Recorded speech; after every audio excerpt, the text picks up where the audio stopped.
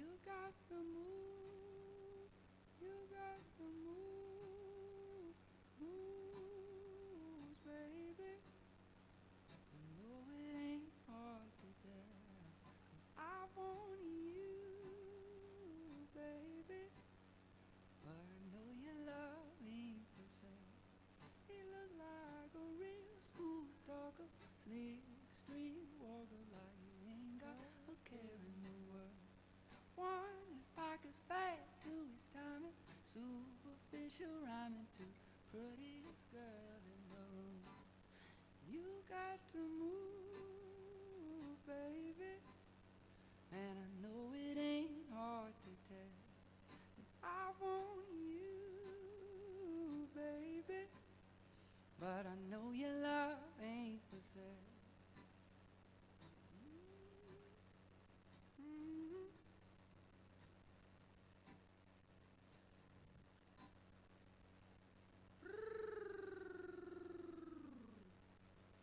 Mm-hmm.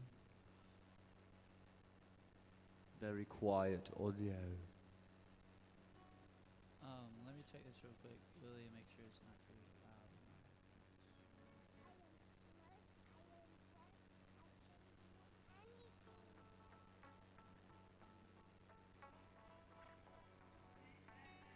What did you say, Mommy?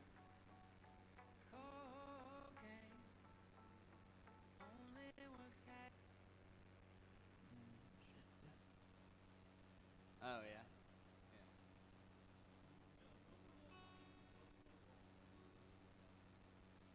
Yep.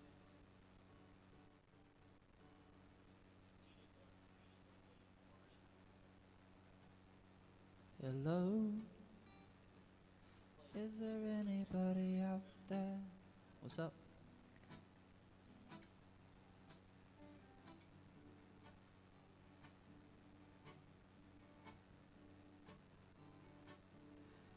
Yeah, yeah.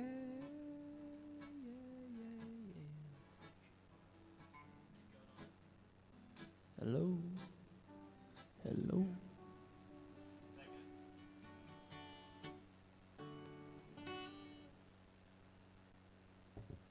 You've got the dangest moves. Yeah.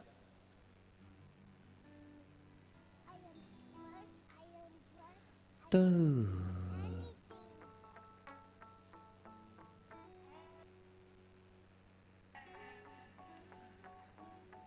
Cocaine only works half the time. Oxycontin and a glass of wine break my spine, shake me, quake me, make me out for square.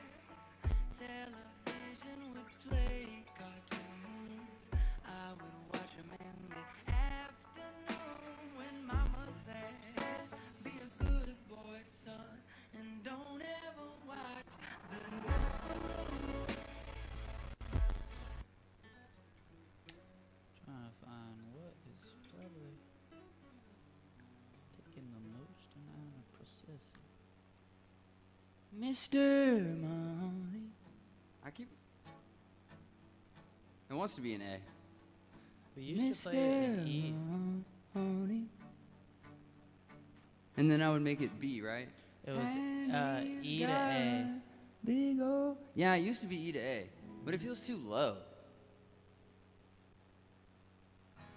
Mr. Mahoney. Mr. Mahoney. Let's try it in A. Mr. Mahoney. Mr. Mahoney. Mr. Mahoney. Mr. Mahoney. And he's got a big old wiener too.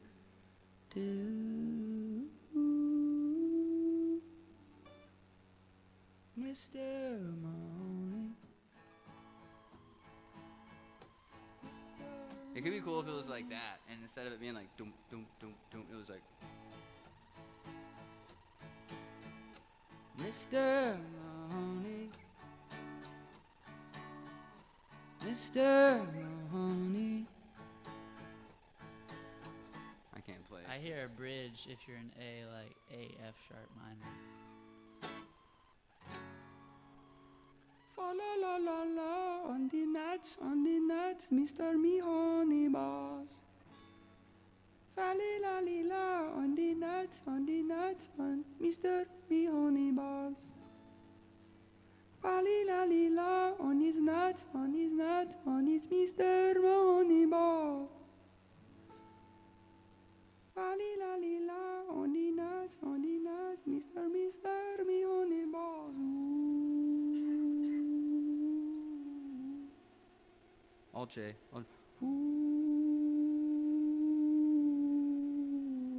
Yeah.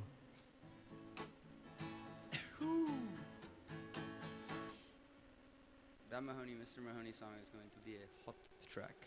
Yeah, it is. Hot track. For the win. Lyrics on that part, I want to meet up and do a little, like, lyric vibes of, like, just ripping like, accurately, politically ripping on Donnie, Yeah. but doing it in an itsy bitsy teeny weeny yellow polka dot bikini way. Yeah. You know, because that's Yeah, how it yeah. always was. Yeah. He's a little scooty pooty. You know, that's how, Yeah, that's yeah. how it was, like a jokey, where it all rhymes, but it's like totally. Also, did you watch that that Kanye? Oh, most certainly. That was crazy. Have you seen all of his tweets today? Nope. He's absolutely losing his mind. Oh. Are we hot like sauce?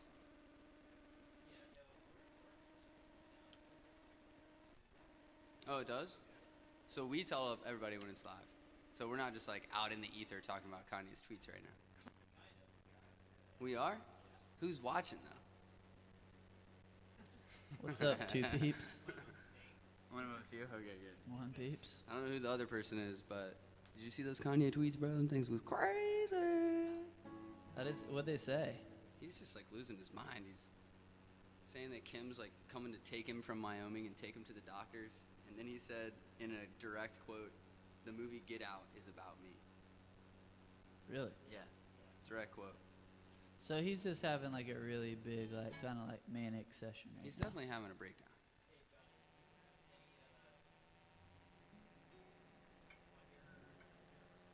Yeah.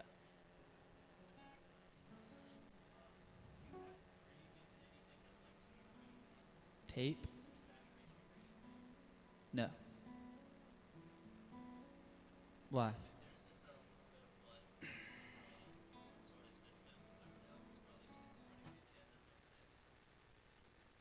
Is it like just too hot maybe? How many people we got now, Moni? Still 2.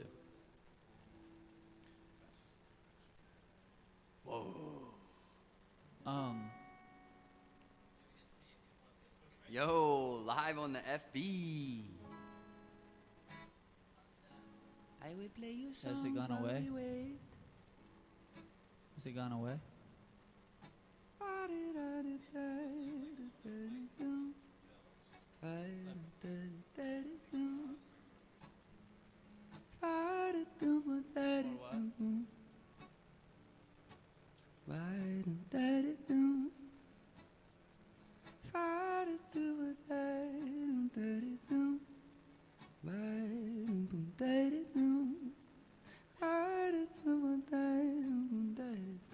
I actually like the way your voice just sounds just through that mic.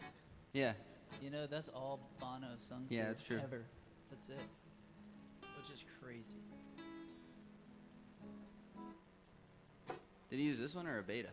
Or did he use a beta or reggae? I think just a 58. Probably just a reggae one. It might have been a beta. What's the biggest difference? These are a little brighter. A little brighter. I'll look it up. And they have I can't remember, I don't know how to describe it, but they're like a little hotter naturally. The betas are? Yeah.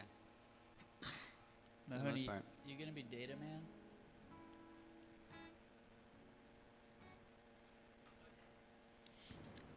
Yeah. Find out if Bono Yeah. recorded on a Beta or normal 58.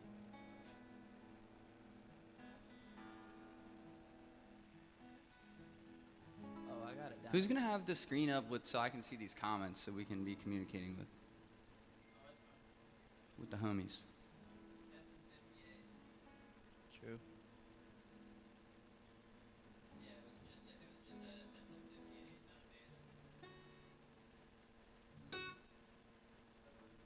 Andy sang in the control room with the music playing. Really? Yeah.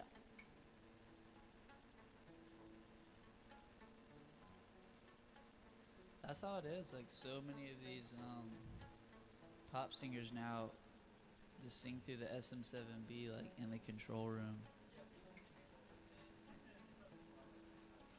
Oh, they can? Good. Please don't vote for Kanye. Please, it's not funny. It's not a funny joke. A vote for Kanye is a vote for Trump. You heard it here. And literally fucking everywhere else. True. Attention. I'll tell you who's going nuts is Not very well, but that's okay. It won't be a tragedy. I know I can hear it pretty good. Can you hear it enough. pretty good? I hear it pretty good. We can re-angle this mic a little bit too. No, Is I that would, right? I would say it's good. All right. Yeah. One of the most political artists of the summer, I think, has been Phineas. He's definitely he's charged up for Yeah. good reason. Yeah, for great reason. He's also posting great content. So if you He does. if you need some content when you're trying to figure out how you feel, where you stand, Yeah. he's really good. That man's a beast. What a cool world, too. What a cool relationship of him and his sis. Yeah, I saw her the first Genius interview she ever did. You know how they do it with the yellow background, Mm-hmm. and they're like pretty short, but they do it with their song playing. Mhm. She sang a cappella, and they played it. They had like the Genius Instagram account shared it a few days ago on the wall. Mm-hmm.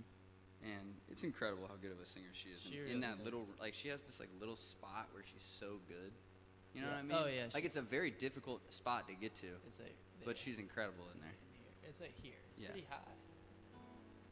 She sings so soft. So soft. It's amazing. I watched a Waves interview of the live sound engineer for the Billie Eilish tour, and they talked about the biggest problems that they had was just trying to get such a soft voice to be loud at an arena. Yeah. That shit's hard.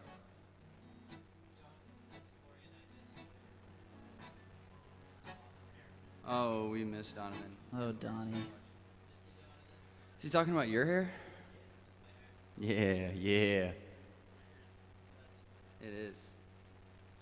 Some big, beautiful hair. It is. It's going to cost us a penny one day. It is. One day soon, probably. We got to do the Afro Jam. Yeah, it's true. We do. We do. That's how we raise our money. So, at what point are we gonna go live and actually be live, or are we like actually live right now? Cool. How many people you got on there? 28 people.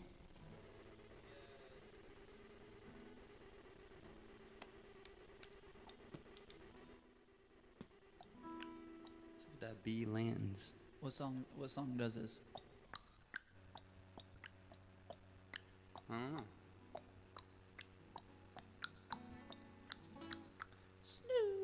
Oh yeah. That's the one. Pharrell. I saw that Pharrell, the story behind that is Pharrell hooked up with Snoop, and Snoop said that Dre and other producers always knew my gangster ways, but Pharrell tapped into my goofiness that nobody knew about. And now that's such a big part of Snoop. Yeah, that's true. That's true. And Pharrell so did that. Because before that, lyrically, if you're listening to his stuff, pretty hardcore.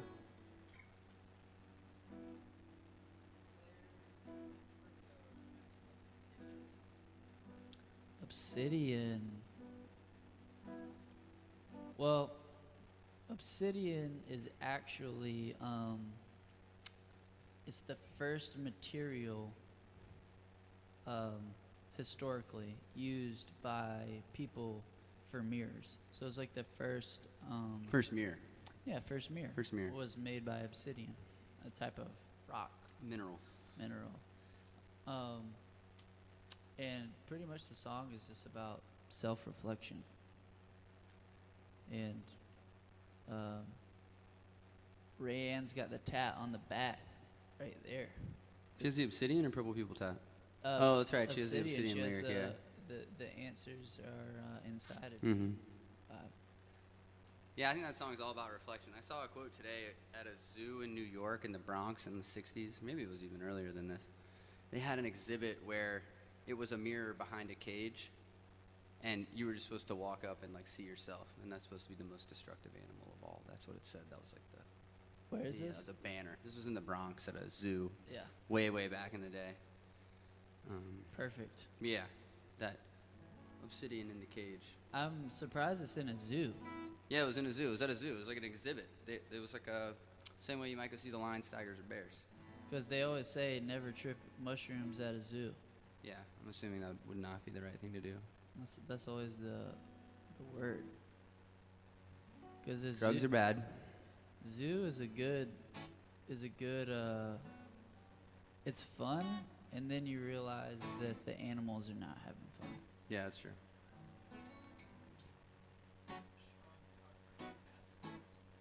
Sean Cochran. Where's Louis Louis Dog? Boy? I think he's downstairs. He'll be up here somewhere. How are you, Sean? It's been quite a while. Miss you.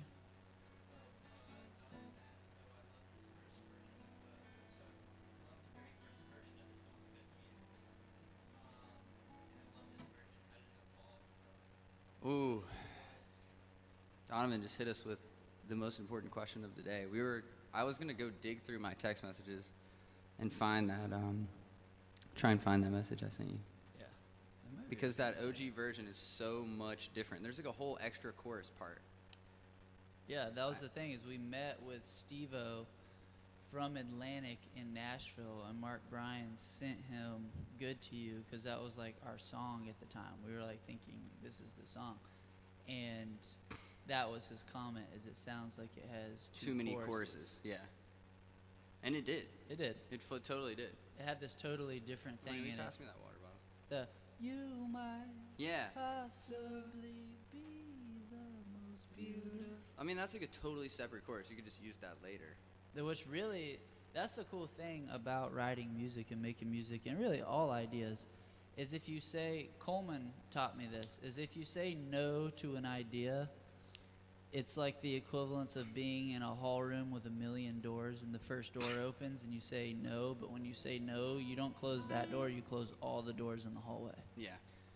And when we wrote that song, it was written on an airplane on the way to Milwaukee to go play Summerfest.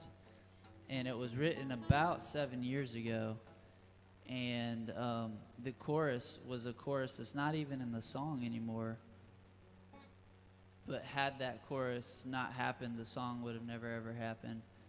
And wouldn't you say, Willie, more than maybe any song we've ever done, that this one took the longest? Definitely took the longest. And we just like stuck with it. But I don't know. I kind of feel like that's the theme of all the new recordings. Are like if they're really good enough, we'll just stick with them. Mm-hmm. Because Good to You, I've always been very adamant about that song. But it took a lot of work. And to Donovan's question, it was one of those songs where like the version that we are listening to now is a totally new version. We had one that was a lot like that, but I don't think it was 3/4. I think it was 4/4. And we also, I think, changed the key. Because Yep. we did it in studio one day. We were like, we had revisited it. We had already ditched that chorus part that we were talking about that just made it too long. And then we tried it again, and maybe we just had it like in a part of my range where I was just having to like work too hard or something in the chorus. That's probably what it was. It was just like, it just sounded like a stretch. It was big. It was huge. It was big. But then I think we just sat there and played it with acoustic guitar on the porch a little bit. And after that, you went home, and like 2 weeks later, I came back, and I think we knocked it out on the first session. Because the most important thing I remember about the new one, the difference being that it was 3/4 time, is it made you kind of bounce in a different way. Like that gave you that kind of like boom, boom, boom, boom, boom, boom. Yeah, boom, just that boom, three. boom, boom, boom. Three-quarter time, it just Three-quarter. like makes you move that way. But All- the moment I knew that it was going to be different and that I was going to like this one a lot more was when we first got to the chorus and we did the then I was like, all right, cool, this is cool. Now we can like, now I feel better about it. And the key range was right. Because that part's not hard and everybody can hum instead of it being like, la, la, la. Yeah. So fucking loud where nobody can like get to it. It came a long way, this song, though. This song, I will say, I think it's the hardest we've ever worked for one. And the most, like, resilient we've been about making creating a version of it and then failing entirely at that version. Yeah, we've rewritten this song Probably 5 times. easily. Yeah, Mahoney's first recording session at Fairweather Studio was when we did that very first version that I ended up sending to Donovan. I sent it to him in Chapel Hill when we first met them, I think. This version right here has like 18 versions, and this is the version that we kept. So I think all in all, because you remember Luke used to have that Yeah, like yeah. that very complicated little Yes. like rim clicky Yes. like intro. There honestly might be like 30 versions of this song over 7 years, because that was the first one was the Yeah. and the second was boom boom gang boom boom gang boom Yeah, boom gang yeah, boom that's boom true. gang. That was the second, and then the third was this one in 4/4, and then we went 3/4 on it. Yeah. Yeah, thinking about all that makes you just be like, God damn, if you stick with just about anything, you can make something good. It's really, this song is the coolest version of that. I think it's the best song we've ever put out, but it's also like we're saying, it's the one that took the longest to get it there. Mm-hmm. Felt like it took eons. Mahoney, you want to do a screen share of this? I can go through a little bit of the song, see if there's anything someone wants to hear, then do an acoustic version. That sounds in tune, right? That's my favorite chord. That's the one where like the bad dude shows up with that hat. And that's the hack right there. Mm-hmm. You got that? You got the screen on here? Screens being shared. Dope. All right. So first off, we're in Ableton right now, which is where we make all of our music, which to most people isn't going to be anything, but historically, bands do not make music in Ableton. It's built mostly for electronic music, but things are changing. So the song starts out with this really cool Instagram video that I found on Ellen one time, and I skeeved it. It goes like this. I am smart, I am blessed, I can do anything. Which is just too cute. Let's see. I want to see if this is, see how we're doing on volume with this. Just in case, I'm going to throw a little Unity over here. So we can have it a little louder. Okay. For the stream at least. Smart, I am blessed, I can do anything. Yep, that's what it was. So that's a little section right in here. And I think we got a little Pee-wee over here trying to get in. I'll let her in. Or Sean. The main thing that really changed the song right here is these guitars right here.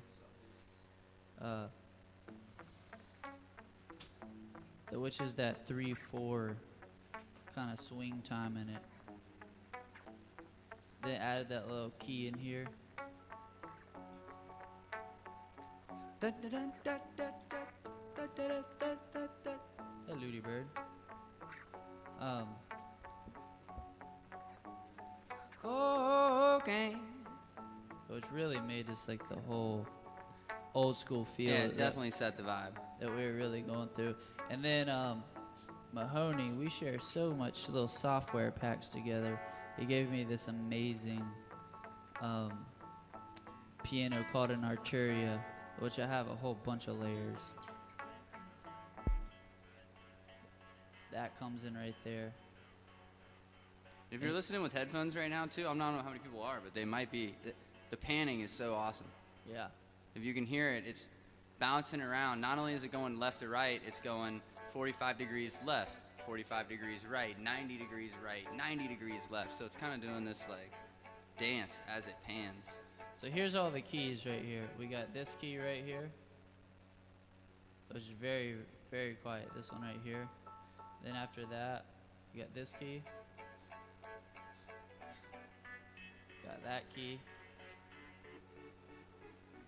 Got this one. Got that one. It's so many. I mean, it's insane.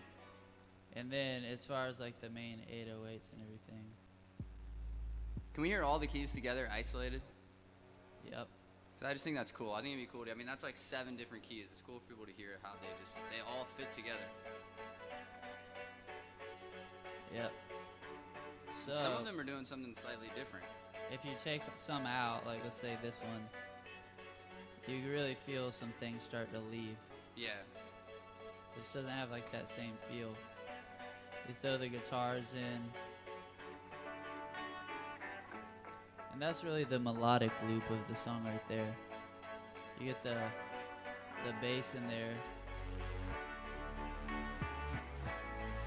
which we're big into the 808s.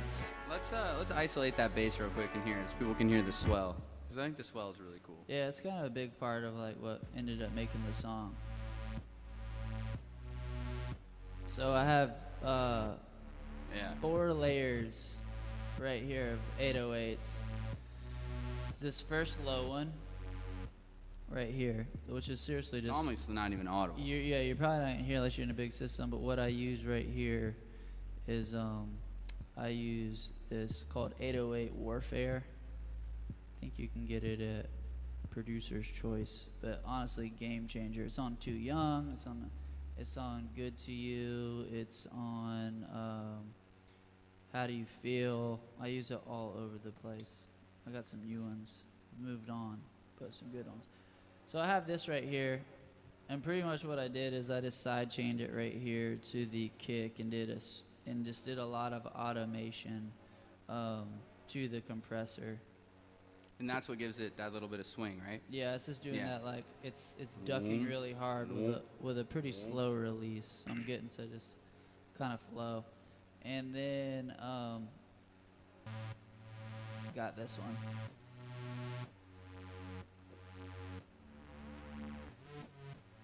Which when you put them all together is that, and then when you throw in the kicks.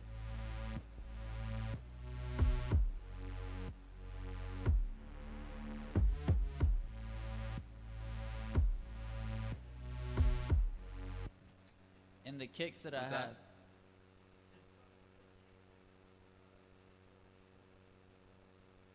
Damn. This Sir Mix. the yeah, I really You got like Pam this. on there? Got this kick. So Hey, there's Pam. 3 kicks pretty much make this up, Miss Pam. You know you got to microwave them bagels. We You know got you this gotta microwave them bagels. That's a sin, Junkie. little tappy one. Sin. I really love this kick. I think I need to reuse this kick. It's a really like kind of wide, rumbly one. Then I threw a little Tommy slapper in there. On the kick, right? Yeah. Yeah. So you get all these kicks together, and you know, to people who are producers and mixers, I'm showing you how I make it. And to people that don't produce or mix, this is what you do. This is the music that you hear and love. It's not just one kick drum, one bass. It's the world of layering. So you get all these kicks together, and when you get them together with the bass. Try and explain a little bit too about what sidechain is, because I think that's important for people to get like why it works. So if you check out over here, this compressor right here, which is a stock Ableton compressor, and what compression pretty much does is it makes the loudest noise. It's like a picture like a ceiling, like in a movie where there's someone standing and their ceiling is coming down to the ground. It's crushing the loudest noise and making it as quiet as the quietest noise, pretty much. And if you side chain, which in electronic music, that kind of sound is all side chain. And this is like 101 for producer stuff, but for fan wise and hearing this is every time the kick hits pretty much is ducking the bass. So it's like the kick is telling the bass, get out of the way. And that's how it creates this like kind of wave sound. I throw these big thing I personally like to do that I don't hear a lot of people doing that I think is becoming more and more a part of our sound is throwing timpanis in with everything. So you get this timpani right here. And it gives it that kind of like more cinematic sound. Then throw my claps. And I throw my cymbals.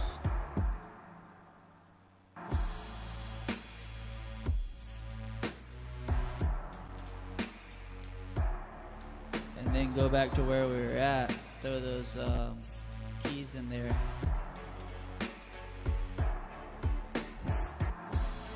And throw the guitars in there.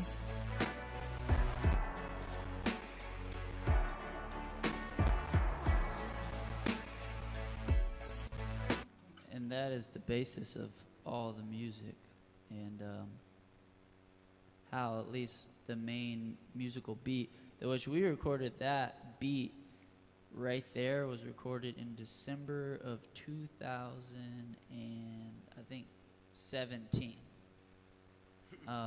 That which we didn't record this till 2020. So it shows you how long we've been sitting on this like actual beat. That's why we're saying this has been here a while. But Willie, I think from you, if you want to talk about just approaching the vocal, because I think a big thing that made the song completely different is just the way that we approached the vocal and the melody of it. Yeah. You have the vocal up there? Yeah. Yeah, let's listen to that first Which verse. alone, I could just straight up listen to that. Yeah, if you have the ISO, that's cool. Cocaine only works half the time. Oxycontin and a glass of wine break my spine, shake me, quake me, make Have this underneath. Yeah, that's a nice layer. We have these right here.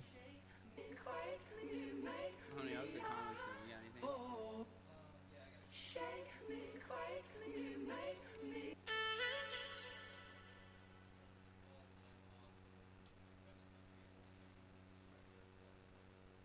Ooh.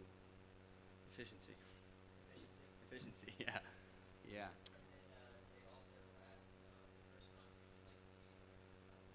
Ooh, first concert I'd like to see. Remember I'm allowed to again? What do you think, Johnny? What's yours? Oof. I don't mean to interrupt our. No, personally, I'm gonna get first back into concert it after I'd I like cover to the see when music is available again is I would really love to see Lizzo. I was thinking about that too. I think that'd be pretty epic. Which, I mean, I'm not trying to just say that. Get the Yeah, shirt on, yeah. but for sure.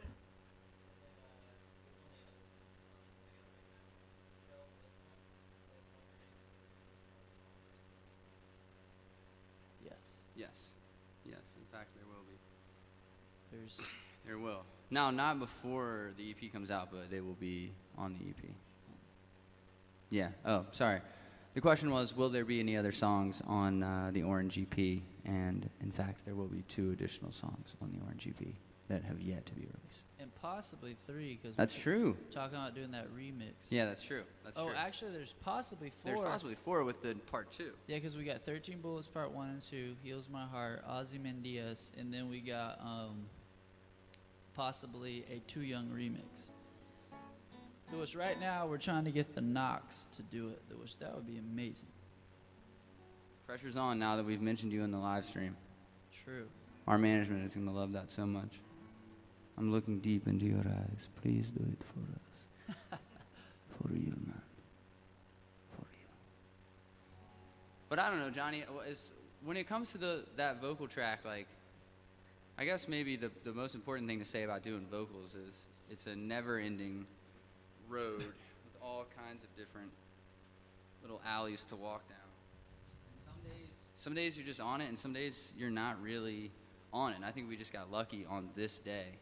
But a lot of times, this song though, like the whole way across, whether it be the verses, the chorus, or the end and all the high notes and stuff, it's like it has a lot of gospel in it.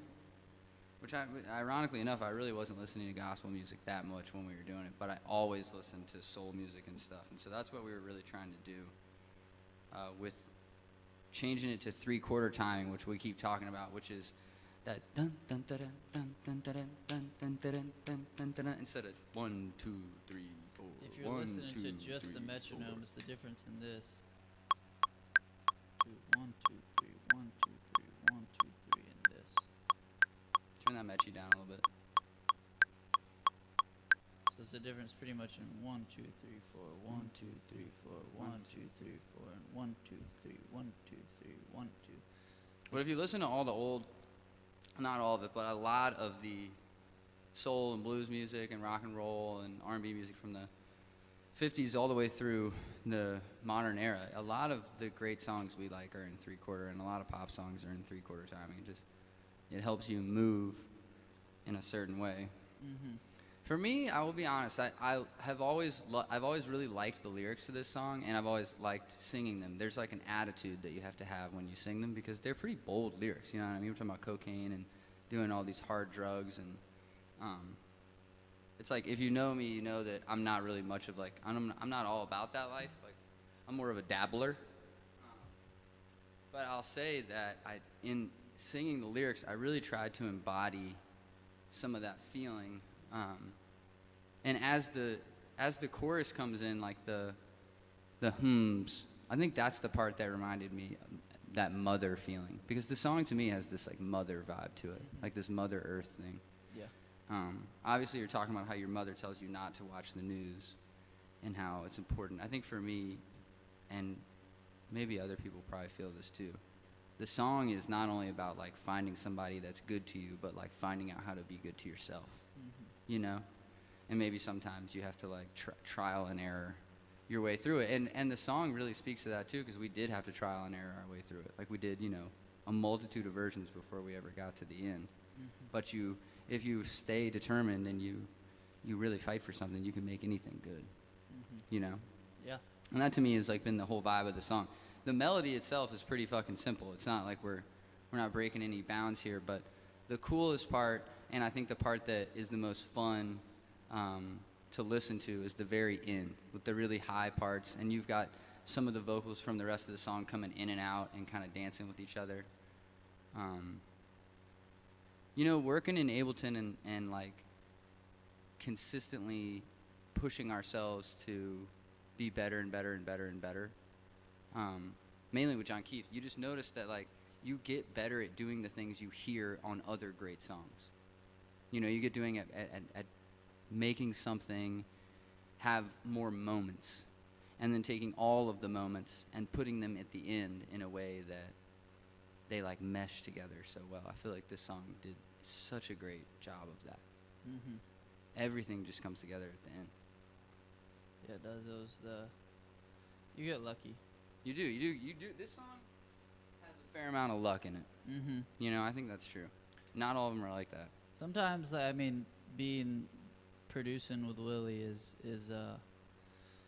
and having honestly, to me, how I feel is I have the responsibility of being in the room and with somebody who I know has the ability to lay down something which is, in my opinion, like life-changing, monumental, and there's so much vibe that goes on. Like, I wish more people understood a producer-performer relationship of like almost like hydrogen and oxygen or something. Like when we come together in the room that particular day has a lot to do with what we're gonna get. Oh yeah, huge.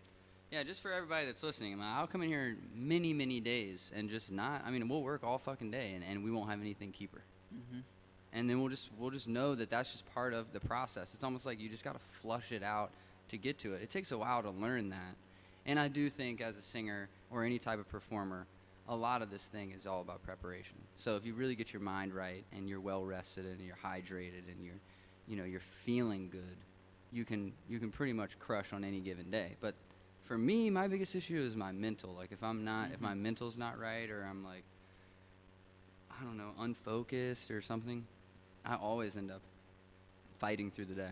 And sometimes it sucks. Like if we make a beat that's like, okay, this beat is like fire beat. Like this beat was it was a great beat. Like we knew that, and we hit it. Like I said, December 2018. You weren't feeling it, and sometimes we did this the other day too. Is sometimes it's all right. This beat is a keeper, but we just have to put it in the backpack and wait till the day is right. Yeah, I think that's very important.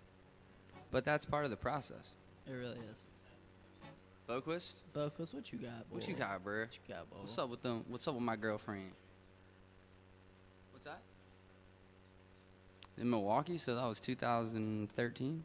Yeah, I was on an airplane in February or January of. Zach Sisk, our very first manager, Yeah. one of the greatest dudes of all time, Papa Z, was a home builder, entrepreneur, construction worker, father, who was not a manager by any means, but he became one because he believed in us so much. And that's very important in the music industry. And we know it is. I was saying this to Willie the other day. We know what it's like to have somebody who would do anything for you. This dude did anything for us. We'll love him forever. Yes.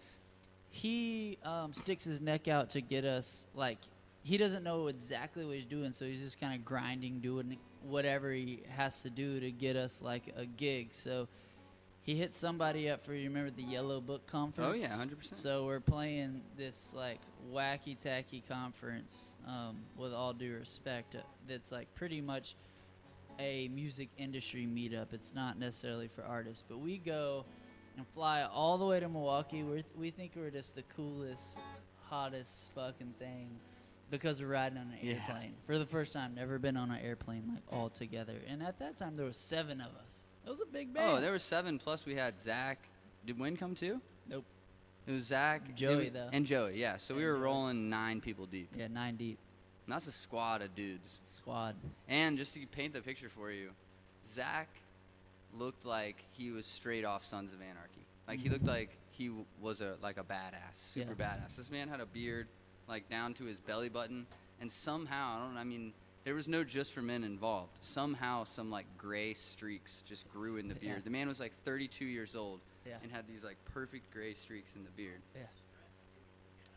Probably stress due to us. Again, Yes. our apologies. It was a circus. It was a fucking circus. And some people see us, and, like, I think, I know that some people come see us and are like, whoa, I thought there was, like, 7 dudes in Yeah, this where the band. fuck did everybody I go? haven't seen them in a long time. There's been a lot of transformation. We were Yeah, young. But he gets a show in Milwaukee called Yellow, like, Book Conference or something like that. And it was good. We did it. This is the shows you in the world of business. Sometimes you got to move and shake because we go there, and it's pretty pointless. Big money loss, but we meet one dude who puts on Summerfest. That's right. And he liked us, and he said, "Come to Summerfest." So, which 2 years later we go and play Summerfest, which is a music With festival. Tavlo, I think it was right around the same. Yeah, that was cool. We opened for Tavlo.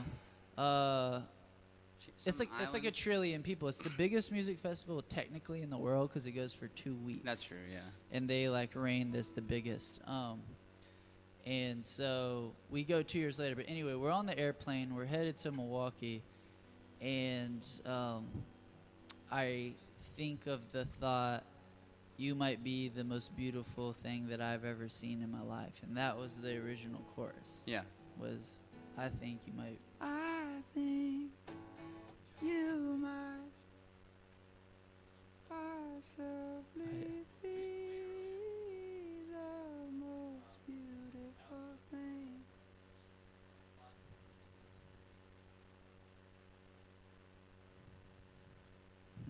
Positive and negatives of working with each other rather than us going and working with some other producer.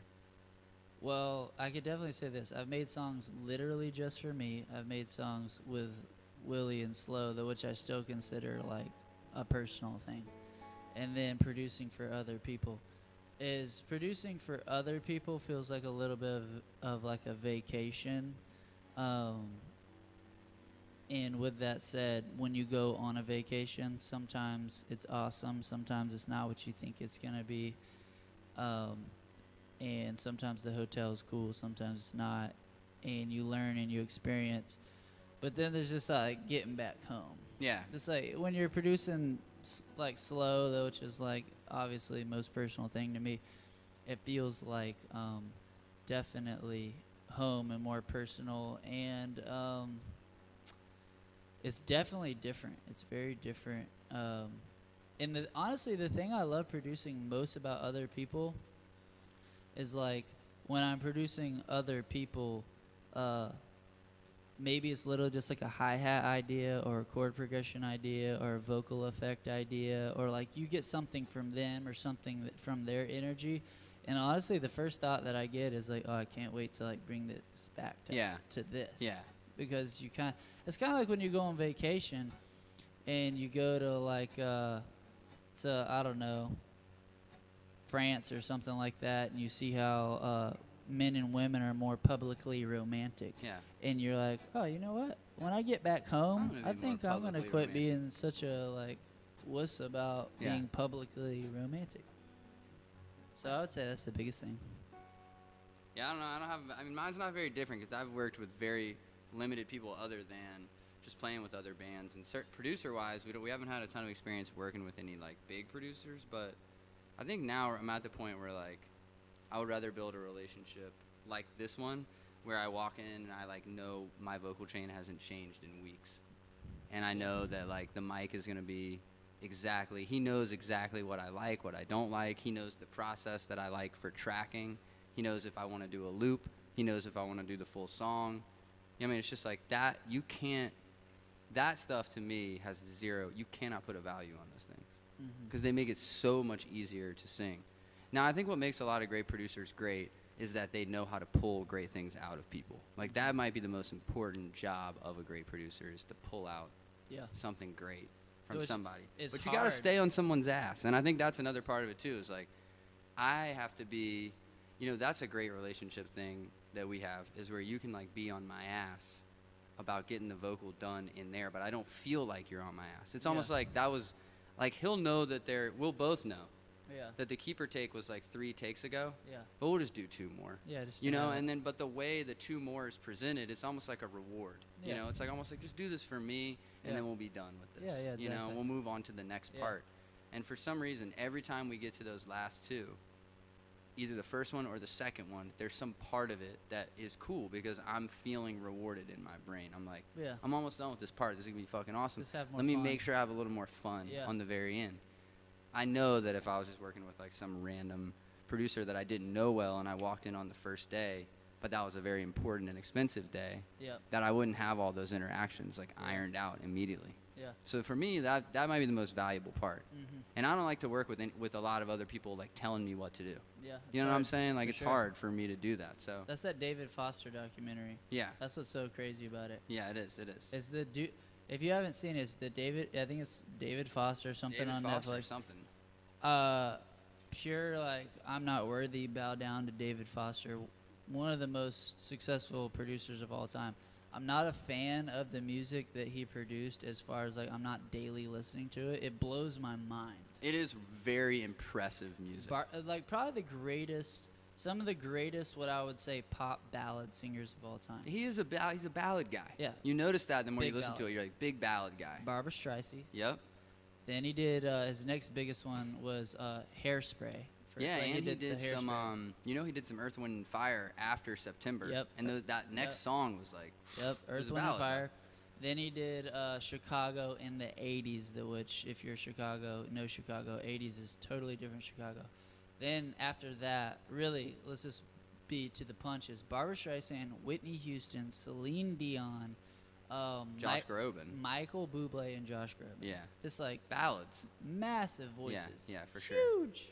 Great documentary. If you haven't seen it, it's on Netflix. It's about David Foster. But they talk about how he worked them to death. Yes. And like there was like he had an ability to work these people to death. Which, as a relationship with you, is it's kind of like we have a marriage in the way that like a husband and wife, or husband and husband, wife and wife, Yeah. can't just like if I need Jordan to go like move something for me, I can't just like slap her with a Right. like a whip and be like go. There has to be there's such more love in it that like the work ethic almost comes from like a love for each other for sure. versus if you got into David Foster, if David Foster produced you, he would probably get the best vocal you've ever done, but it would be Well, that's what everybody says, is that he yeah. gets the best vocal out of you, but you don't leave feeling like you did the best vocal you've ever done. yeah. But what I realized from that ended up being most important to me was like, Good to You is a great song, Yeah. and I think I love the vocal for it. But there's a lot of songs that like people really dig, like Too Young, that I don't like Yeah. love the vocal, right? Like I wish, and sometimes I hear it, I'm like, I would probably go back and do this way fucking The different, vibe right? that day was off. But it really was just Yeah. a weird, it was just strangeness. But I think the Foster thing is like, if you can find a way to give someone a song as a producer, like if we can create something together, and then that song like propels your career 10, 20 years along, it's like, does it really matter if I leave feeling like it's perfect or not? Mm-hmm. You know what I'm saying? Yeah. Because at the end, it's not really, it's not really for you. You know what I mean? Mhm. Who's making you laugh? I thought about that too. I was like, damn, this man's probably got some shackles in the back. Donovan's a crazy man. He's probably got some shackles in the back. Anybody watching that keeps hearing the word Donovan, we played Chapel Hill opening up for Rainbow Kitten Surprise at Cat's Cradle. And there's a dude in the crowd who just keeps screaming Library, which was a Yeah. old song of ours, which jams hard. It does jam It's hard. very high energy when we're 7-piece wildness. And this guy just keeps showing up to every show screaming Library. And eventually we meet him. And then eventually we meet his wife. And then eventually we meet his kids and his friends. And then And then we're just part of the family. we're just part of the fams. He's one of those fans that is almost, you don't even want to say he's a fan. Yeah. You know what I mean? Yeah. It's his fam at that He's point. a fam. He's fam. He's big fam for sure. Whole fam, big fam. Okay, He's like, Jones. will you motherfuckers quit talking and do what you're actually good at, please? Let's play some acoustic Good to You-ness. Yeah, do you want to play this motherfucking guitar? Or do you want me to do it? Go for it. Are you sure? I'm positive.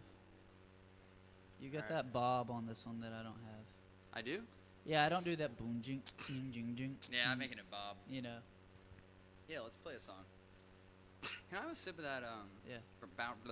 brown water you got If there, you're watching bud? us sipping anything, this is Blanton's. It's nice. It was gifted by Lewis Duffy for my wedding gift, and it's the only whiskey I own. I just moved to this new place, and I don't have anything to drink except Blanton's. It's a really, if you know anything about whiskey, what a terrible problem to have. You know what I mean? Fucking hey. Only got Blanton's. It's strong though. It is. It'll, what did my grandpa used to say? Put a little hair on your chest. Yeah. And it will. I should have put some hair on your chest. Could use some of that. Speaking of hairy chest, Johnny Burke. I don't know if he's on the stream, but hairiest chest in the West. We got Johnny Burke on the stream. Can you see him in there? I want to see him do a hairy chest pageant with the Rossies though. Oh yeah, yeah. Tom and Andy, That's true. it looks black. It does. It's like animal. Yeah. All right. Let's give it a go. I'll probably. Am I good? Verb wise? Hit you with more.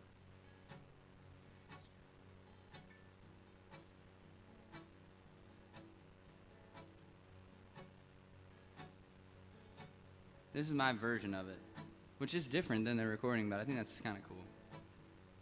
And it's because I'm not a great guitar player, but we're going to get by with what we got right here.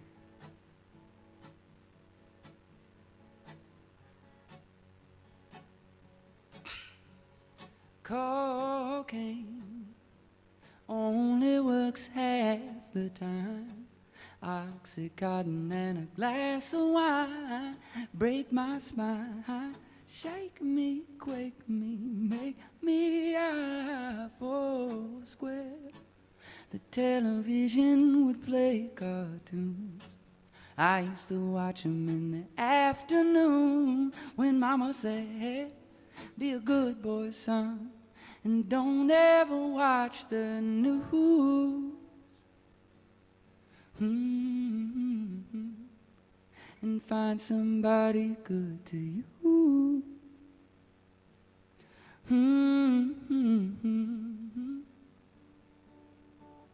Footprints stained on my back window. Hand me down 97 Tahoe. She did not know my name in the morning when she woke. And I think I need some change to get me out of this headspace. I should listen to my mama and stop all that drama and never and never and never and never watch the news.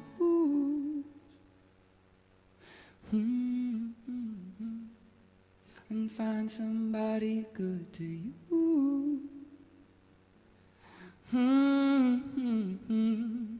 And find somebody good to you. And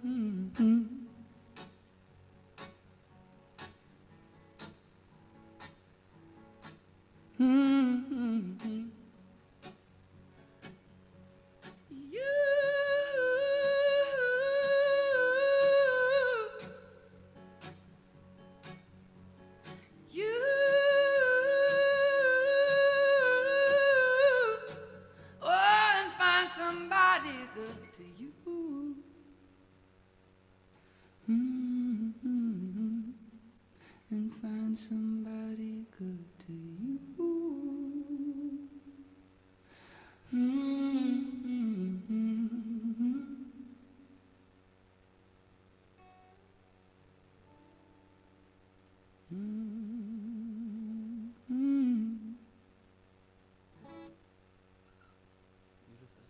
That's my acoustic version.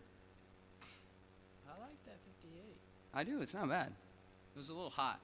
Yeah, it's hot. I got the preamp pretty hot. Mm-hmm. Better talking. Better for talking.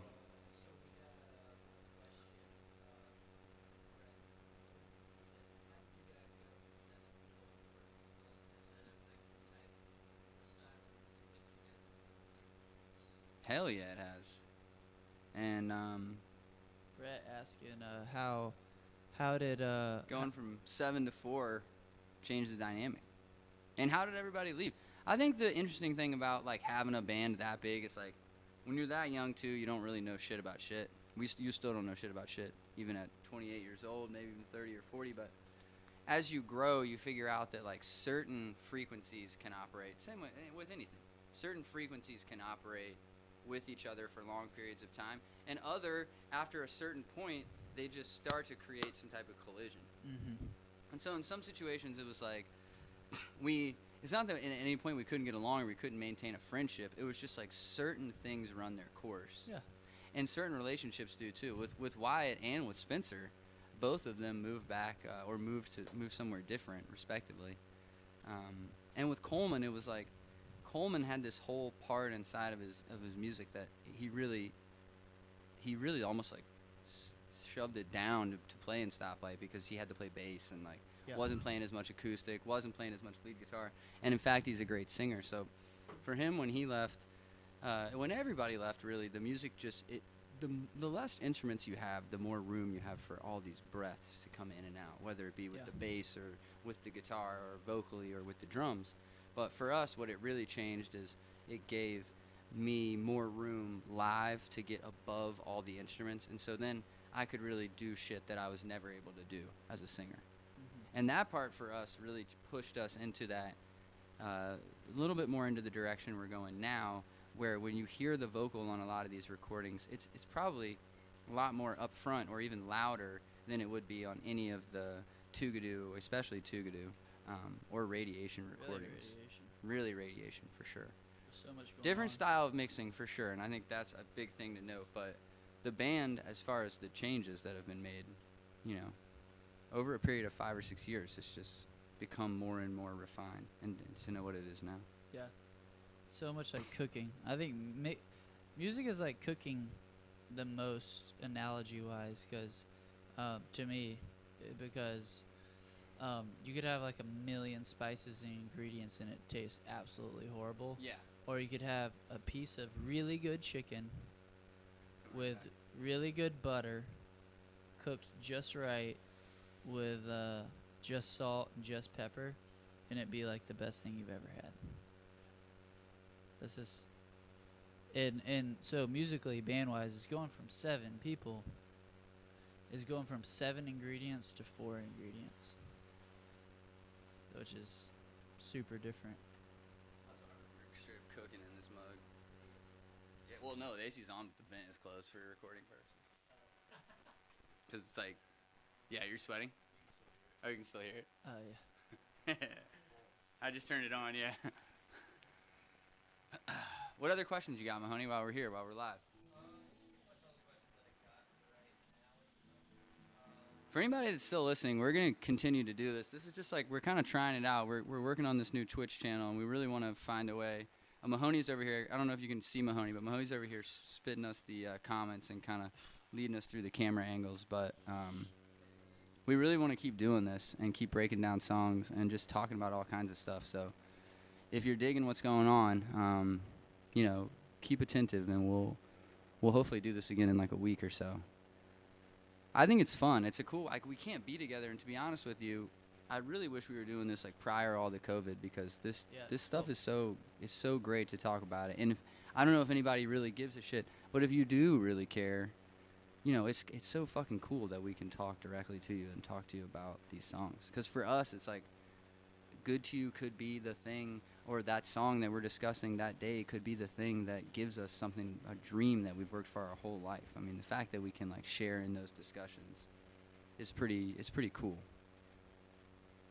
So I really do appreciate you hanging out and listening today. I'm not sure how many people we still got on there, but we want to keep doing this, so keep watching.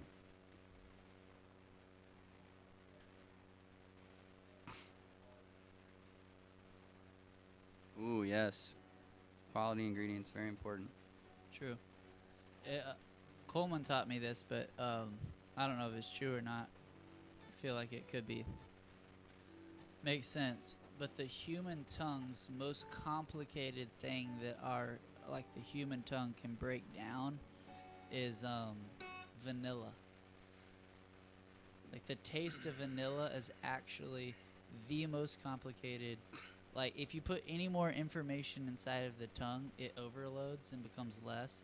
So that's why vanilla ice cream has just been something that has like crushed it for so long. And honestly, it makes sense. If you have chocolate chip cookie dough, you kind of get to like that 3rd, 4th bite moment where you're like, you know what? I'd kind of be cool if there wasn't any chocolate chip cookie dough. yeah, for a few like more any bites? chocolate chips in this anymore. And I think that's how music goes. It's like hearing Willie right now with just a beautiful voice and a guitar. It's like that's really enough. And we've gotten to that world in music too, where production-wise, for sure, is just getting so minimal.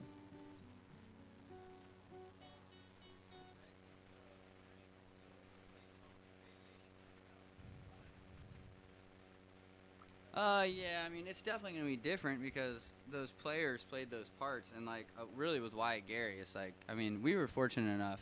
I really I can't say this enough, but with everyone, Wyatt Gary and Coleman Sawyer are like world-class musicians. So there's some parts on some of those songs that might not be able to be replicated with like the same intonation, but cannot actually for sure. Yeah, cannot. Those are two that we can do. It's funny that those are the two. Yeah, he yeah. says. Those are the two that we can do. I think the ones that get tougher are like Smilers of the Night. Smilers of and, the Night's the number one. 16 Years Dreams is a tough one too. Yep. But I love 16 Years Dreams drum beat. Shout out to Luke Withers, who's not here today, but the man, the Thunder Dukas. Cannons on the drums. The Dukas. Let me see that brown water one more time. You got it. Muchas gracias. Finish it. Who is Elizabeth? I'll tell you the For Elizabeth story, because there isn't one. There was no For Elizabeth story. Thank you. Really, we wouldn't have that song without Louis Duffy. We wouldn't have that song without John Keith. First of all, that's like such a terribly, poorly written song, lyrics-wise. It's like, I think if you want to talk about doing the bare fucking minimal, that's the bare minimal you could do. But what makes that song so cool is the guitar part. And around the same time that Louis Duffy played that guitar part and I wrote the like all of 10 lyrics that exist in that song, I can't remember what we were doing, but we were about to leave to go somewhere. The van just broke down, and we were about to go to Yes. Colorado. We were about to go to Colorado, and the van broke down. I'm assuming we called off the whole trip. Did we call off the whole trip? Nope. We ended up going. So maybe Show we must rented go a bus on. and kept going. So we rented a bus and kept going. But I remember thinking about what we were going to call that song, and we didn't have a name for it yet. But I loved the In Memory of Elizabeth Reed, the Allman Brothers song. And so it made me think about the name Elizabeth, which I really like that name. But I would never name my kids that, and I don't think I would ever date a girl named Elizabeth. But it's a great name. No offense to the Lizzies. At the time, though, I lived with, or I shared an apartment with a girlfriend of mine, and she lived on 4D Elizabeth Street. And we had like we had a great relationship and a great friendship, too. And we still have a great friendship, but I think the ending of our relationship was like a part in our lives where we both needed some space and like some time to like grow a little. So I can't believe y'all in dated. some ways, yeah, I know, it's Crazy. pretty crazy. She's more of like a best friend now than I she know. would be than an ex-girlfriend, but she still has maintained a relationship with like all of our friend group. And in the process of writing that song, it never was like really supposed to be about that relationship for me. But then the few lyrics that there were, when I look back, I'm like, all right, well, this makes sense, because that's kind of how I was feeling. Like, I really wish I wouldn't have said a bunch. Like, I really wish I just like would have kept my mouth shut, because Yeah. I pigeonholed myself in some kind of ways and like whatever. But so I guess what I'm saying is there is no theoretical or metaphorical Elizabeth. That was the address with which Yeah, she we on lived 4 at. She lived on Elizabeth Street, 4D Elizabeth Street. which is the coolest part. It was. Yeah, it was like cool. it's like for Elizabeth, Yeah, but really for for FOUR. yeah. Yeah. What else you got there, Mahoney? Anything else? Yo, Jenny Hopkins, fuck that overtime. I hope you're getting that extra pay. You know what I mean? At least time and a half. And if you're not, shoot us an email. We'll email that man.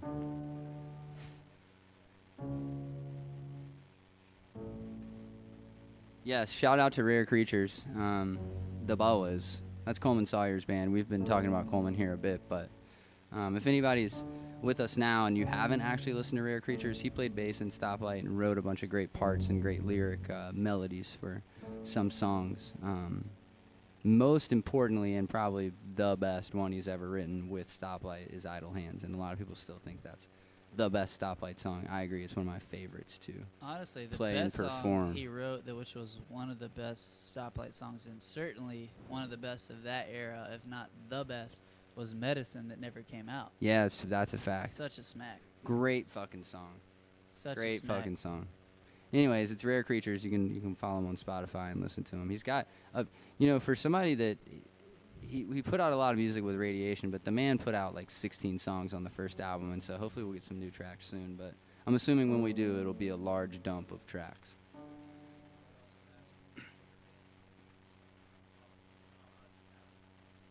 Great boys, the Atlas Road Crew dudes. Those are like real homies now. I mean, we haven't played music with them in a long fucking time, but great dudes, great homies. Favorite band that we've ever played with? Yeah, Rainbow. Mahoney says his favorite was Rainbow Kitten Surprise. My fucking favorite one to play with is Little Bird. So if you don't follow Little Bird on Spotify, you better follow those motherfuckers too. Yeah, they're nuts. They're fucking awesome, and they still happen to be my neighbors. But they're just incredibly talented dudes. And when you're on the road, like, multiple days in a row in new cities and you're, like, hustling, the travel part of it can be really difficult on your body and, like, your mental.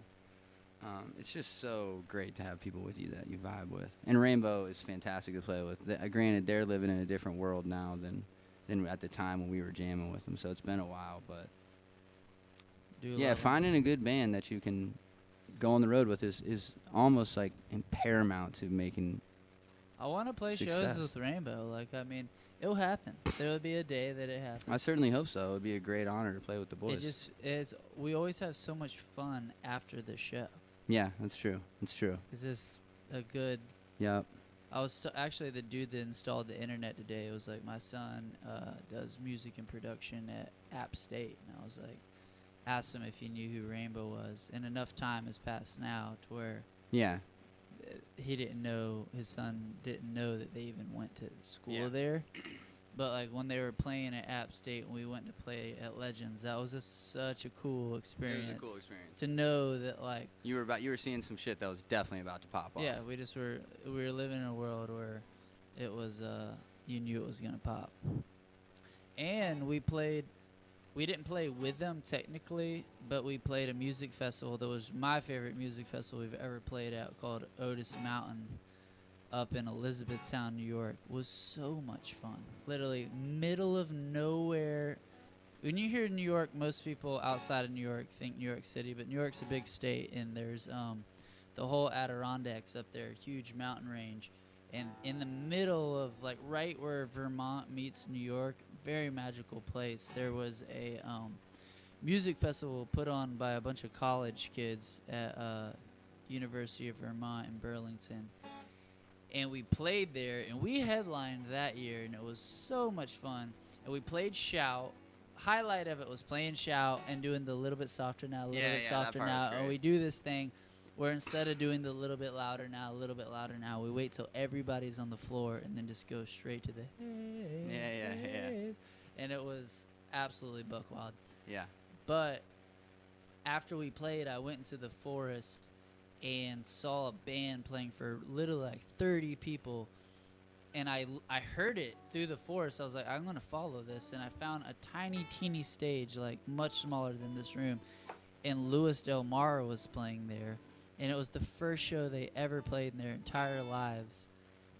And I was like, this band is so refreshing. It felt like a key lime LaCroix, honestly. Like a crispy, cold key lime LaCroix. On the hottest fucking summer day. Possibly even a lime Waterloo. Something about that Yeah, lime that Waterloo Waterloo is just so good. so crispy, Yeah. nice. And I talked to them and said, what's up? And then sure enough, they blew up later. And they're one of those bands that I'm very surprised they didn't blow up further. And I think they're a product of not putting enough music out fast enough. Yeah, shit.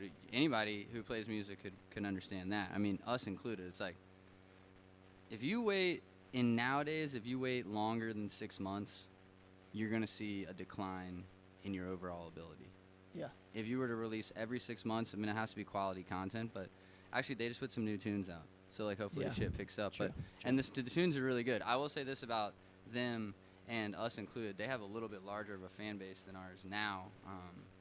But, like, your fan base is so crucial to being able to have those long periods of time between Yeah. releases. Like, if they are committed enough and, like, they really care about, coming to see you and the music, then they'll stick with you.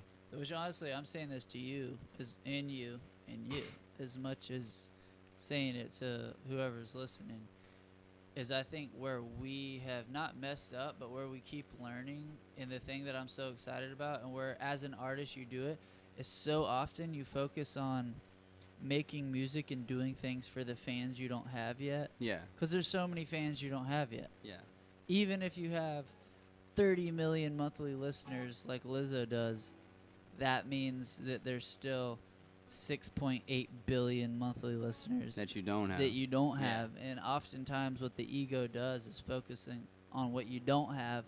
So us and probably every artist ever has been a victim of focusing on doing things, making things for the Serving artists like they an don't have. imaginary fan base. Yeah, like it's trying so to, bizarre. and what you end up doing is you end up spending time trying to culminate ideas and energy for these people you haven't even met yet, instead of just watering the incredible plants that are That you already have, that you yeah. already have.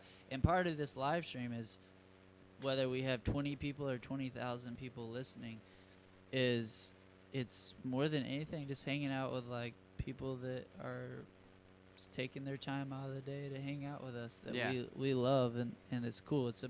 And us putting out this amount of music and stuff is taking the time to give back and just kind of hang and jam out and collab with like our fans. Honey, will you Google Vote Save America really quick? Vote Save America. Google. Vote Save America. I feel like this is a great segue to what time are we at? Anybody get the time for me real quick? I'm sorry. My apologies.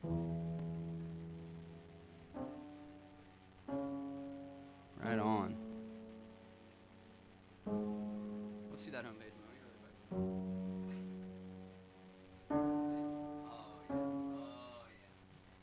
Oh yeah. It's gonna be a vote. I love it. That's good art. Alright, so for everybody that's listening, I don't know if you're registered to vote or not, but if you really want to get registered to vote and you need some help registering or finding a way to make sure the mail-in ballot is sent to you no matter what, or to the word is slipping me right now, but I'll think of it here in a second. Anyways, if you're not registered to vote, go to votesaveamerica.com. It's such a great website. It's going to give you some information about not only how to vote, but what states are most important for the 2020 election in order for us not to have Donald Trump in office anymore. And really something that we should be talking about, whether you're Democrat or Republican, and if you feel like things should just start moving in a different direction, is this like anti-mail-in ballot thing. It's not really going to be safe for us to get together and stand in lines at voting booths and use the same voting booth without them being sanitized. Timeliness-wise, a lot of these booths are only open from 8 a.m. to 6 p.m. and you'll have lines wrapped around the building the whole fucking time, unless you live in Mount Pleasant or white suburbia elsewhere. It's difficult to carve the time out to do it. So Vote Save America not only gives you the resource for registering to vote, but it's going to help you figure out where you can vote from if and you live somewhere where there's only a few places to go vote. And I think that's really important too. But anyways, I just feel like it's something we need to do. If you're a young person and you're watching this, or even if you're in your 20s and you're like, I've never voted and I just have never really cared about the political system, I'm with you. I really wish I didn't care so much about it, but it's important that we contribute to our democracy. So if you're not registered, take a second, go to votesaveamerica.com and register to vote. It's super easy. Hit us with them questions. Yo, shout out to Jackie T, man. Jack T, baby. So if the Rona wasn't going on, I would hope that you'd be here chilling with us. But even though it is going on, come down here. We'll take your temperature at the door. That's what we're doing here. Miss you, bro. Miss the man. He wants to know when the Zoo 2 is coming out. I'm not answering that question, bro. I'm sorry, but like that's some secret on the DL. We'll get to you about that, Jackie T. When you let my dad know about that sailboat, we'll let you Ooh, know. bro, that's what I'm talking about. That's what I'm talking about. Or let Cubs know about the sailboat. Is it a Hobie Cat? Yeah. Yeah. Little 16er? Couldn't tell you. Couldn't tell you.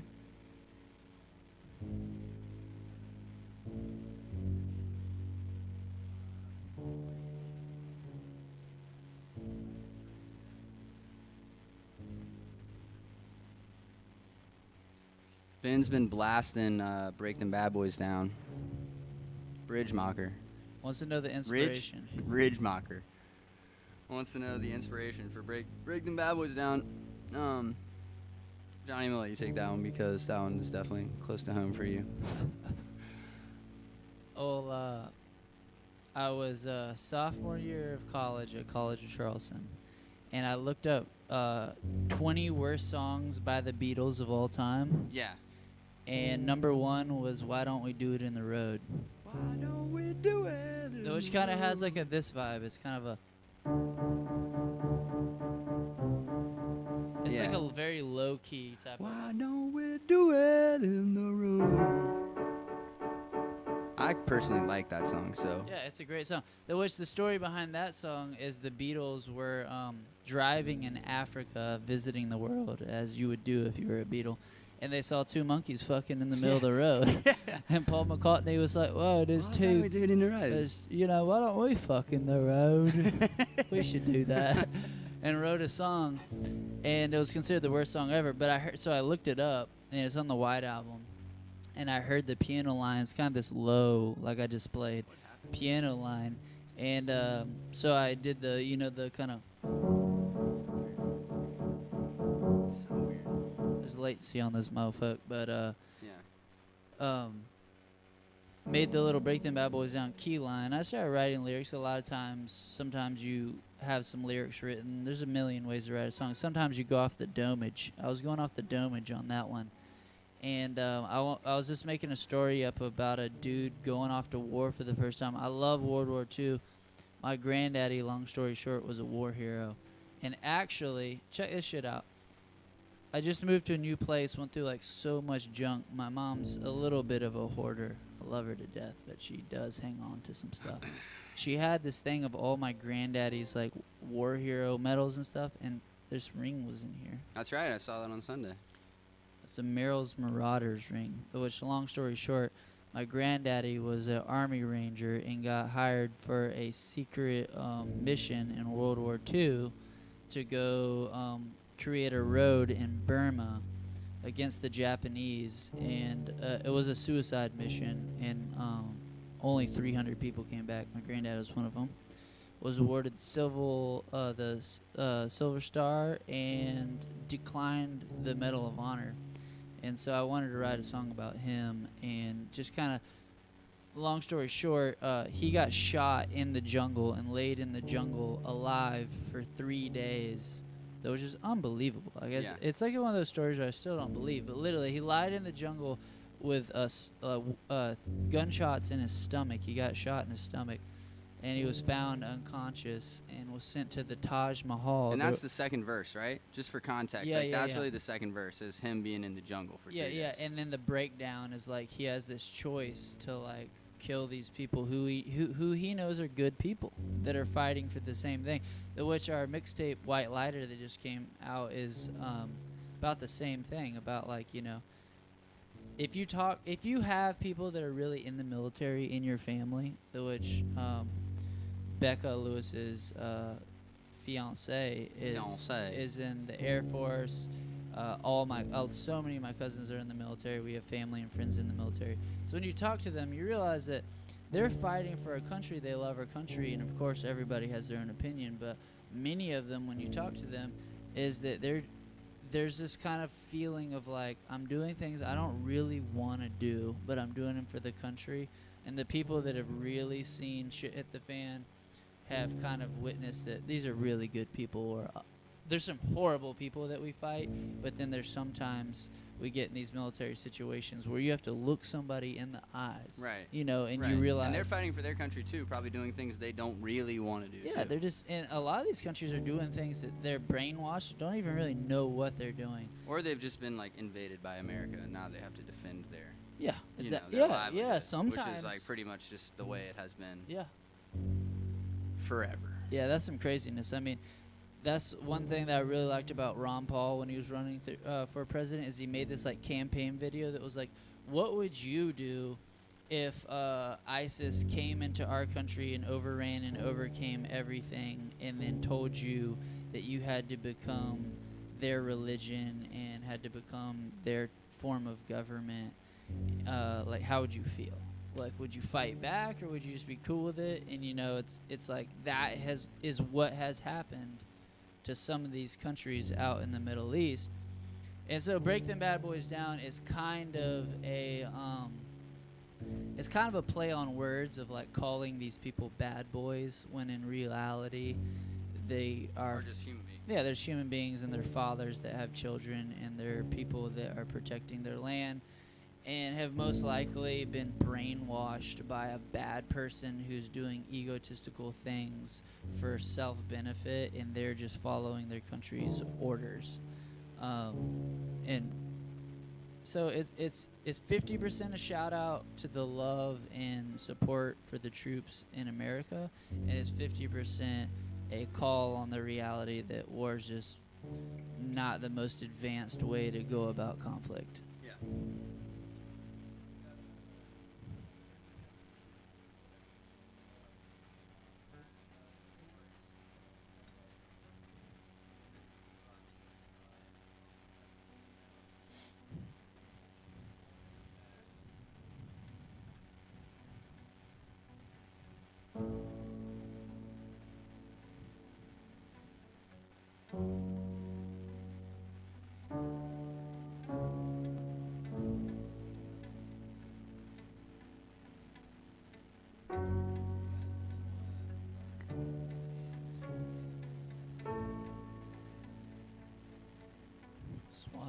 Swana back in North Carolina. Yeah, we can't wait to get back to North Carolina. North Carolina, do your part. Vote.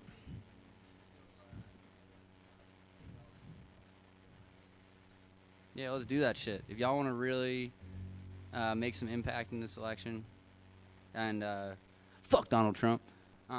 He smokes mids. Donald Trump, first of all, if you smoke weed, I don't know how many adults are on this podcast. Weed's legal in like 20, Honestly, I think 20 a- some I states. think a lot of adults Should smoke weed if they don't already. I think they do though. I hope you do. It's one of those things where I think a lot. Like my dad the other day was like, "What's up with you smoking weed on the live stream?" I was like, "Dad, honestly, I think that like smoking weed is like, it's not there yet, but it's almost drinking a beer." Almost drinking a beer. All of our North Carolina streamers right now that are live with us, VoteSaveAmerica.com. If you're not already registered, get registered. We can flip that state blue.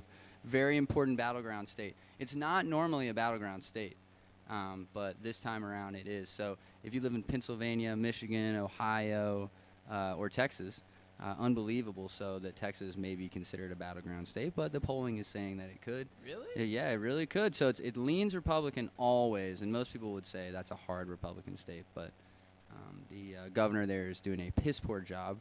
Nice job, Greg Abbott. You're shitting the fucking bed, okay? But if you live in North Carolina, you could do your part here and help flip that state blue. If you do, it's going to make it exponentially harder for Donald Trump to get to 270 electoral college votes. So Pennsylvania, Michigan, and Ohio, you guys are very important too. You guys are very, very important. If anybody's living in those states, VoteSaveAmerica.com. Register to vote. Love it. You want to play one more song on acoustic and say nighty night? Sure. I would- Fuck it. I would love to hear it. Yo, big shout out to Neighborhood Theater in Charlotte. Love them boys. Love them And boys. ladies. I'll say this about the Neighborhood Theater, and I'm just gonna go off on a rant real quick because we're talking about small venues at the moment, and I'm sure some promoter is gonna see this and go, "I can't believe you said that."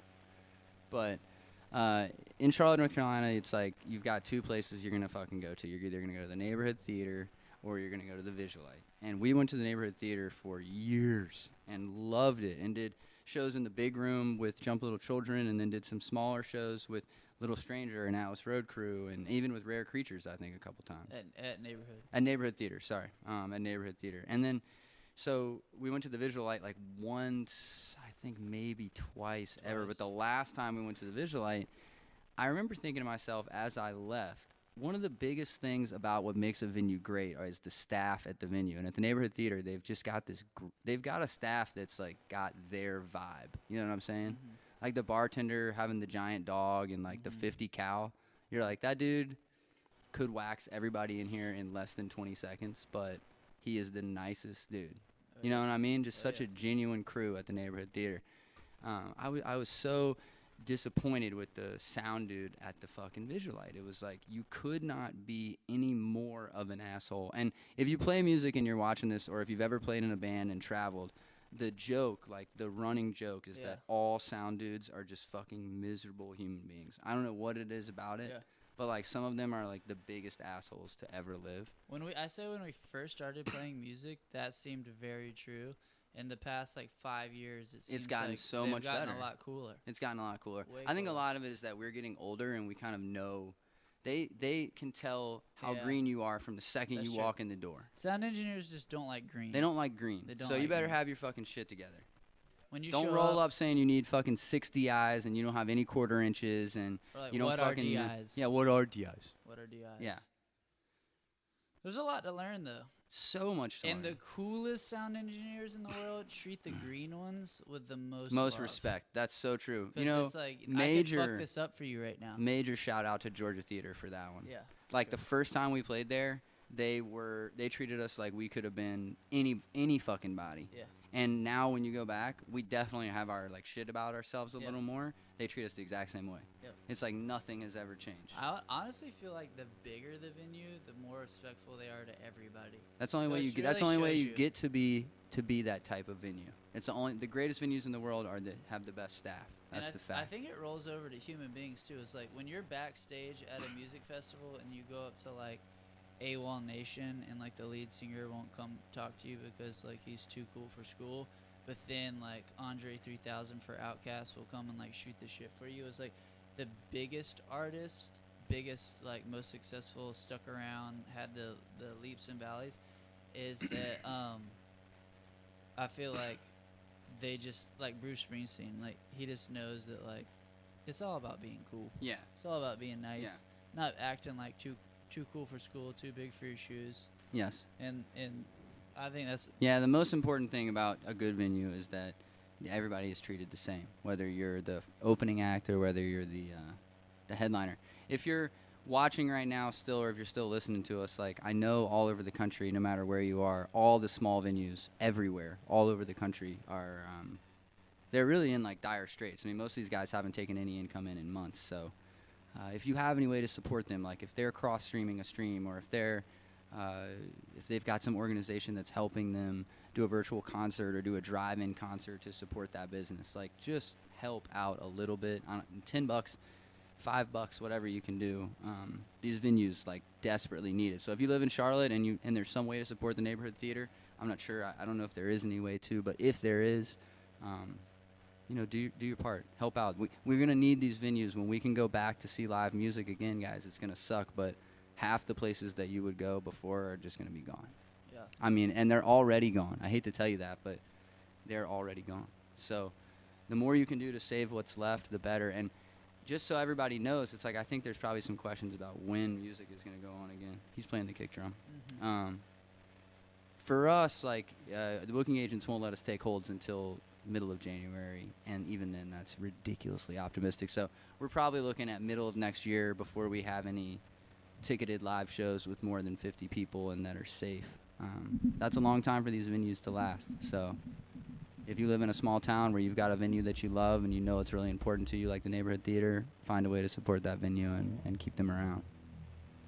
I was gonna play another song, but why don't we just wrap this shit tonight and we'll hit it again sometime next week.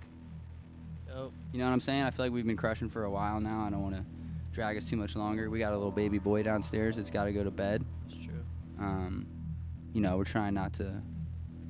Uncle punishment is bad too. So I've gotten that before. I'm not trying to get uncle punished up here. Anyways, if you're still watching, thank you so much for jamming with us and hanging today. I think this is super cool. I hope we can keep doing it. I love talking about all this stuff. We don't get to. We sit around like the whole time we're getting ready to record, or when we get done after a great session, and we just shoot the shit in the same exact way that we're doing right now. It's great to have you guys too. So feel free to comment anything you need, any questions you have, or if we can help support a cause that you have in some kind of way, please share it with us. I think the streaming is going to start ramping up here pretty soon as we realize we're not going to be able to go back to the venues. So thank you for joining in. Big shout out to Downstream Media. Graham's behind the camera right now, so you can't see Graham, but none of this would be possible without Downstream and Washburn. Taylor Flynn handling most of our mixed media and marketing for all these things. Major shout out to her. Jack Gallagher, who's in town right now, who's probably poolside, living his best absolute vacation life. Shout out to Jackie G. And then we got Mahoney over here manning the computer and hitting us with the comments. He's getting the mic next It's time. quite the crew. He's definitely getting a mic. I think it's fatal for us not to have Mahoney mic'd up. Yeah. But again, every little week we'll probably make some minute refinements, and we'll get better with time, as everything does, as we've said all day. That might be the theme of this one, is things that should get better with time. So if you got something you're fighting for, or something that you feel passionately about, and it's just not happening, just keep on fighting the good fight. Chances are you're going to get what you want at the end. All right, peace and love, everybody. We're out of here, man. We're peacing out of here. We'll catch you next week. Thanks for jamming with us.